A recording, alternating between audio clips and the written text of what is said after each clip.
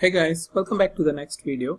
And in this video I will show you a quick tip by which you can really make a little bit more sense out of this visualization. So in the previous video I have shown you how you can really make sense out of the data by using the right type of visualization. So we have used a subcategory to really understand how each of the subcategory have improved from last year to current year and to further drill down, we can really understand what is the quantity based on which it has gone up or down, as well as discount and other things. And so for that, we can use the measure like quantity and put it over colors to make it visually good. So if you see, which is quite compelling, is this case where binders is basically removed. It has gone down from 2016 to 2017, that's number one, as well as we are selling comparatively more quantity than anybody else, any other category. So that's quite a good relevation or discovery.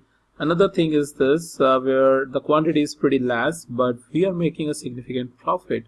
So probably you may want to really see what kind of opportunity you have down there. So that's one thing that you can do. Apart from that, you have options like for example, we have things like discount, if I'm not wrong. Yeah, I can even plot it by discount, average discount, and you see that comparatively we are giving higher discount because maybe it's related to quantity, that's why.